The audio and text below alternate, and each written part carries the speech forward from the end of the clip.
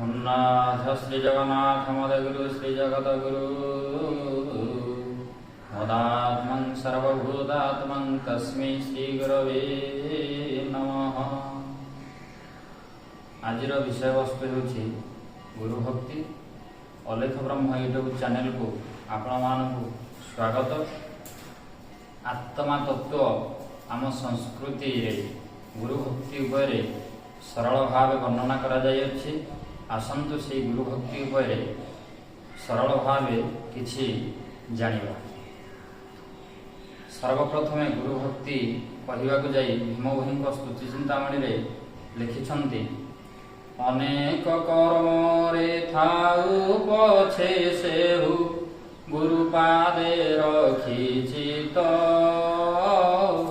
सदगुरु पादे सेवा रखुथिले मुख्य हेव परापत, सुज्ञ साधु जन गुरु सेवा कर, अन्यरे नाही ना फल, दुरित नाशिब आयुष बढ़िब, बंचिथिब जेते काल। एही आर्यावर्त राष्ट्र भारतवर्ष सर्वदा धर्मजाजक गुरुमानंकर साधनार पीठस्थली रूपे परिचित।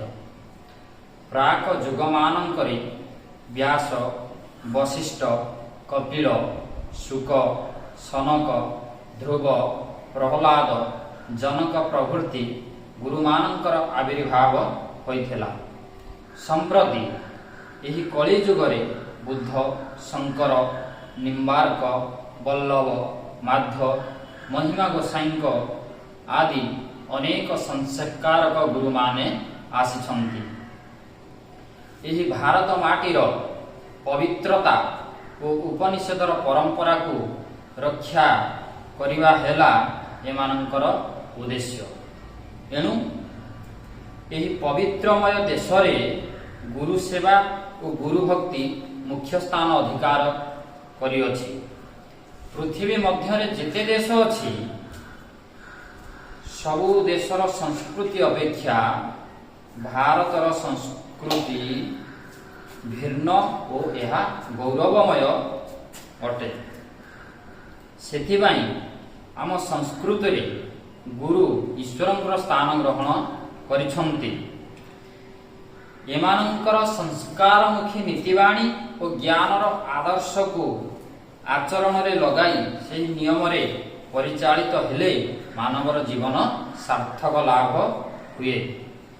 आमे जहा ठारू किछि शिक्षा लाभ कले और सब किछि जानिले ताहांकु गुरु रूप रे ग्रहण कले। ज्ञानी अवधूत जड़ और चेतन उभयंकु गुरु करिथिले।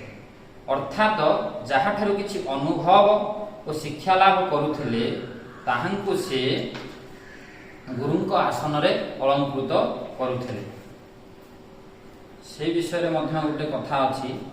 जदु राजा जेतेले अवधूतंकु पचारिले तुमरो गुरु किए, अवधूत उत्तर देले मोर एकाधिक गुरु, अर्थात गोटिए नुहंती बा दुईटी नुहे, मोर 24 गुरु यथा पृथ्वी, वायु, आकाश, जल, अग्नि, चंद्र, सूर्य, कपोत, अजगर, समुद्र, पतंग, मधुकर, हस्ती, मधुआरी, मृग, मत्स्य, पिंगला नारी, उरर, बालक, कुमारी, सौकार, सर्प, अर्णनाभ, पेशस्लारी एमान हेले 24 गुरु अवधूतंकर।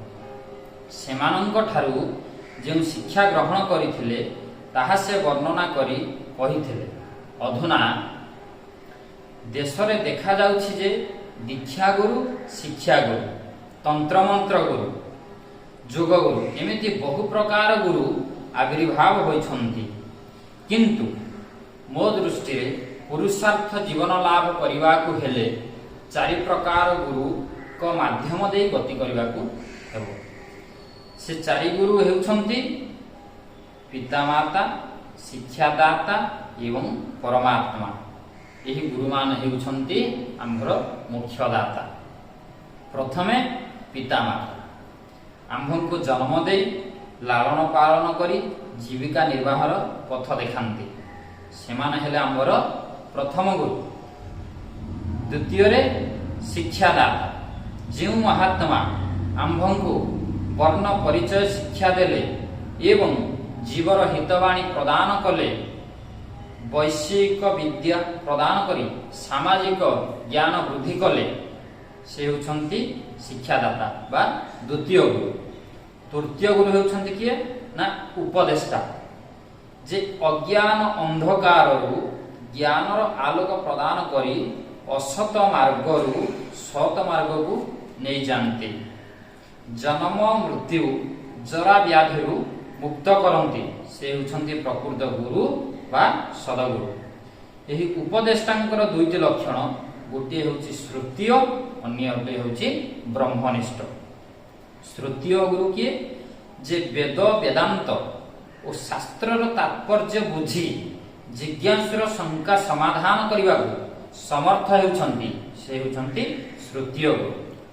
ଏହି ଶ୍ରୁତୀୟ ଗୁରୁଙ୍କୁ ବର୍ଣ୍ଣନା କରିବାକୁ ଯାଇ ଜଗନ୍ନାଥ ଦାସ ଭାଗବତରେ ଉଲ୍ଲେଖ କରିଛନ୍ତି, ଉତ୍ତମ ଗୁରୁ ଆଶ୍ରୟ କରି ଗୁରୁ ବଚନ ମନେ ଧରି, ଯେ ଗୁରୁ ଜାଣେ ବେଦ ତତ୍ତ୍ୱ ନିର୍ଗୁଣ ବ୍ରହ୍ମ ଜ୍ଞାନେ ରତ, ସମଦରସି ନିଷ୍ଠା ପର ତପ କଷଣ ସহে ଧୀର, ନିରତେ ଥାଇ ପରହିତେ ଈଶ୍ୱର ମାୟା ଜାଣିଚିତେ, ହେମନ୍ତ ଗୁରୁ ପାଦେ ଭଜି ହିଂସା କପଟ ଦୂରେ ତେଜି, ଆତ୍ମା ଦେବତା ପ୍ରାୟ କରି ଗୁରୁଙ୍କୁ ଥିବ ଅନୁସରି, ସେବା କରିବ ଦୃଢ଼ ଚିତ୍ତେ ଶିକ୍ଷା ଯେ ଧର୍ମ ଭାଗବତେ, ଏଣେ ପ୍ରସନ୍ନ ନାରାୟଣ କରନ୍ତି ଆତ୍ମା ଜ୍ଞାନ ଦାନ।